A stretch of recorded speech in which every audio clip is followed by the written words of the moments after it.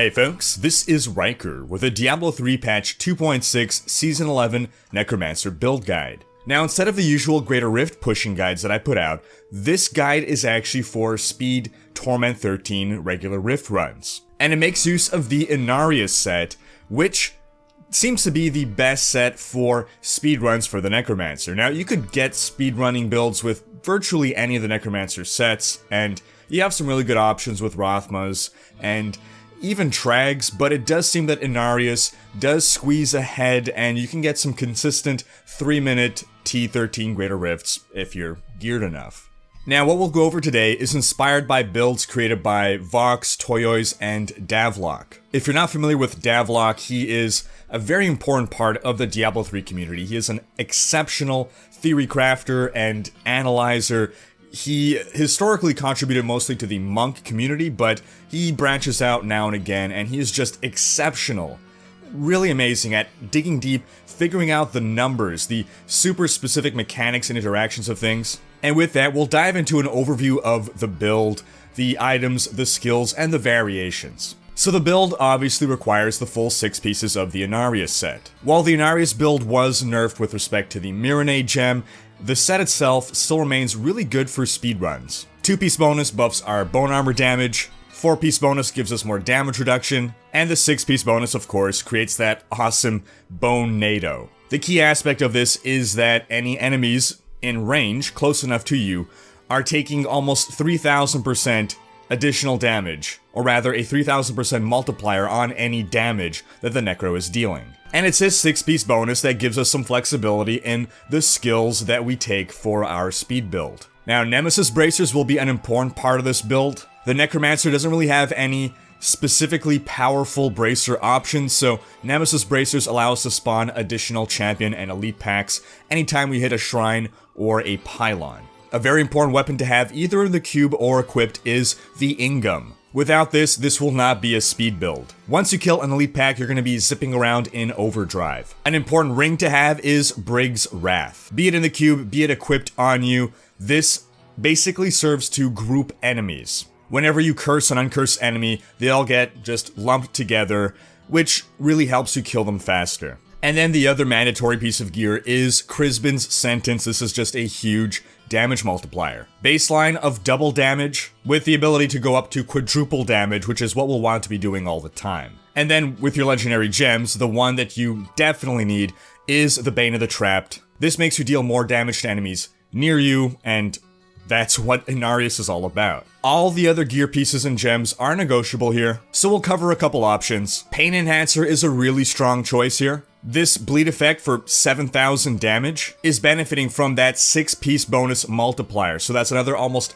3000% multiplier on that almost 7000 damage at the level that I have it. So it's not quite the same as the old Mirror pre-nerf, but this is still a ton of damage for our purposes. Another option here is Wreath of Lightning, but it's not going to quite squeeze out as much damage as a Pain Enhancer. For your belt, if you want to go for pure damage, go for a Witching Hour. But if you want a more defensive option, if you find that you're dying too much, then go for a Gold Wrap. Now this only works for regular rifts, this is not a Greater Rift pushing build. Gold Wrap lets you gain armor whenever you pick up gold, which obviously doesn't happen in a Greater Rift. In my case, I have the Gold Wrap in the cube, but we'll go over other options that we could have here. Now for another legendary gem, if you have the Gold Wrap, and only if you have the Gold Wrap, you can go with a Boon of the Hoarder. Every time you kill an enemy, they'll drop gold. This combines well with our Gold Wrap. It also gives us a speed boost, but I found that it's not super important. We're going to be zipping along mostly with our Blood Rush, so the faster movement speed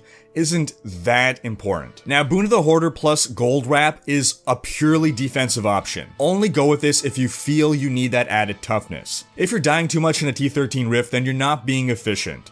It's better to do a bit less damage in order to survive longer, because those deaths will eventually start cutting into your clear time. Davlok and Vox are able to consistently do about 3-minute T13 Rifts with speed Inarius builds. So if you don't need the Boon of the Hoarder or the Gold Wrap, then instead you can go with a Bane of the Powerful. That's going to give you a nice damage buff that'll be up basically at all times. You'll be killing elites so fast that the gem will never have time to time out. Now for your other ring and amulet, you have a couple choices. If you're going with a Gold Wrap, and a Boon of the Hoarder, you could go with an Avarice Band. With the Avarice Band, your gold pickup radius is ridiculously increased, such that basically any gold on screen will be automatically picked up. The Avarice Band, however, became less important once pets gained the ability to pick up gold for you. So I personally found that I didn't need to run the Avarice Band, that just the combination of gold wrap plus Boon of the Hoarder was enough. Even without an Avarice Band, I was never dying, but you can try things out and see what works for you. Then for your amulet,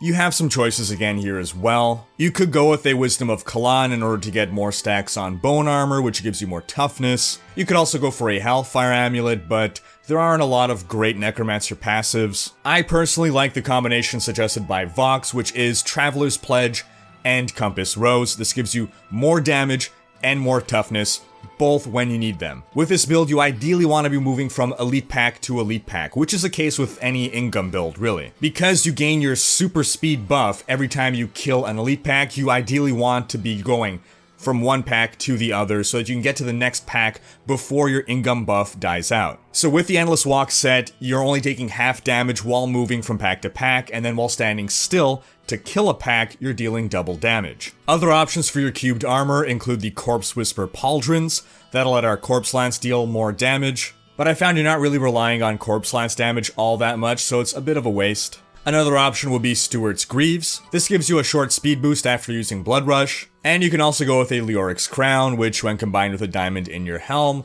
will help us Blood Rush and Bone Armor a little bit more often. And that brings us to the weapons. Now for your weapons, you have a couple options, but the one that is non-negotiable is that you absolutely need an Ingam, be it in your cube or be it as equipped in your main hand. The other weapon you'll be taking is either a Rylina's Shadowhook or Trag'Oul's Corroded Fang. Rylina's Shadowhook will suffice, but it is the slightly inferior choice. It's easier to get a well-rolled Rylina's, and if you're gonna go with a Trags, then you do need an offhand as well. Rylina's Shadowhook gives you 0.5% additional damage per point of max essence that you have. The highest max essence you can possibly have is 330, which translates into a damage buff of 165%. Compare that to a perfectly rolled Trag's Corroded Fang, which gives you a 200% damage buff to all enemies. Now, if you're going with a one-hand offhand combo, the best offhand you can take is Lost Time. This is just the most useful offhand,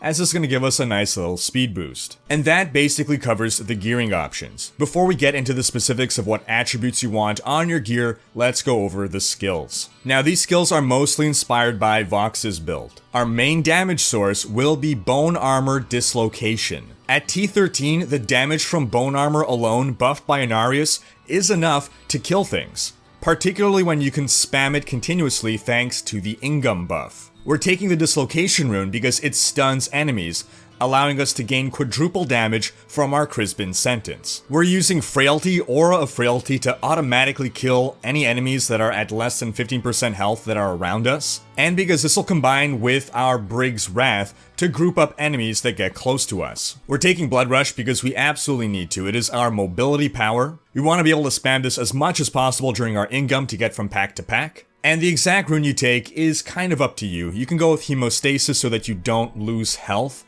while spamming it, but you can also go with Metabolism if you want to have that extra charge for when your Ingam is down. The other skill we'll want to have is Corpse Lance. This is just a super strong Necromancer attack, and it's going to be the one power we use that consumes corpses. Again, the brunt of our damage is coming from Bone Armor, but Corpse Lance will help us clean up and will help us kill things when outside of our Ingam buff. Now, in the Vox variant, we're going with Ricochet, because we're using the Poison Room on Dislocation as our main damage source, so we're speccing towards poison damage. But another option would be Visceral Impact in order to stun the enemy for 3 seconds, and thus benefit from your Crispin's sentence buff. Our other two active skills are negotiable, so let's go over our passives first. Since this is not a pet build, we'll want Standalone. That doubles your armor. If you're going with Rylina's Shadowhook, you need to have Overwhelming Essence. Dark Reaping will really help us regain our essence and our life. Final Service could be worked in, allows you to run a little bit more recklessly, gives you that one-time free life. But if you feel you don't need it, or you're not using Overwhelming Essence because you're not using a Shadow Hook, then you can go with Spreading Malediction for more damage. And Blood is Power is the final substitution you'd make, but you're probably going to want to stick with Final Service. So that brings us back to our active skills. Dark Reaping basically serves as our essence generator, so you don't really need an essence generator in this build, and can instead opt for a spender. The Poison Rune on Death Nova combines well with our Poison Rune on Bone Armor, and it helps us pump out a bit more damage. If you really want to though, you could instead go with a generator, in which case you can go with Bone Spike's Sudden Impact to stun enemies, thus allowing you to benefit from your Crispin sentence. Then for our other skill, we can go with Command Golem Ice Golem. Not only will the cold damage allow us to benefit from the lost time, but its active skill will help us out when our Ingum window is down. It's going to freeze enemies, which allows us to benefit from our Crispins, and it increases their chance of being critically struck, so that helps with more damage as well. Now, instead of Command Golem Ice Golem, you could go with Land of the Dead Frozen Lands. It's a very powerful skill used in a lot of Necromancer builds. Personally, I'm not super fond of it in a speed build, because if your run is only lasting 3 minutes, then even with all the cooldowns and everything, Land of the Dead just doesn't seem to be up often enough to be worth it. But to be fair, you're also not using Command Golem all that often, so try it out for yourself, see which one you prefer. Land of the Dead will certainly help far more at killing enemies while outside of your Ingum window. It gives you unlimited corpses, which means you can super corpse lance the hell out of enemies. Alright, back to our gear for a look at what we want on every piece of gear. For your shoulders, Intelligence, Vitality, cooldown, Bone Armor damage. Again, Bone Armor is our main damage source here, so that's what we are buffing. Helm, Intelligence, Vitality, crit chance with a diamond. For our chest, Intelligence, Vitality, Bone Armor damage. For our gloves, ideally Intelligence, crit cooldown. For our belt, Intelligence, attack speed, vitality, crit chance. For our pants, Intelligence, Vitality, armor. For our boots, Intelligence, Vitality, armor, and then either all resist, move speed, or life regen. For our rings, you ideally want Intelligence, crit chance, crit damage. And then between our bracers and our amulet, this is where you get your elemental damage. One of these two, you definitely want to have poison damage. Then as for the other, it's a bit up for debate. Typically in most builds, you would get the same elemental damage type on both your bracers and your amulet. In the case of this build though, your damage is coming from poison, but also from your pain enhancer, which is physical. So an option would be to get physical damage on the other piece. Or you can just choose to make your amulet independent of any elemental damage type and just go with straight intelligence crit. This way it's benefiting both the physical and the poison damage, though not as much. And of course on bracers you want elemental damage, intelligence, vitality, crit chance. If you're running with an offhand, you definitely want to have crit chance and bone armor damage. Other stats are up for negotiation, and similarly with your main hand or two-hand weapon. If you're going with a Rylina's Shadow Hook though, you absolutely need to have max essence on both your main hand and your offhand, or just your two-hand. Apart from that, be it vitality, be it attack speed, be it cooldown reduction, be it plus damage percent, there's no real wrong choice between those. For your paragon points, if you're going with Rylina's, you want to max out your essence. Of course, you want to have a total of 25% move speed, including your gear. Then you dump everything into intelligence. For your offense, max out cooldown, then crit chance, crit damage, and attack speed. For defense, life, armor, all resist. And utility doesn't really matter. And that wraps up this video. Leave a comment with your thoughts. What's your favorite Necromancer speed farming build? Thanks for watching. Special thanks to my Twitch and Patreon supporters for making these videos possible. If you enjoyed this video, please share it, check out these other videos, and subscribe to join Rhykker's Raiders for more Diablo content.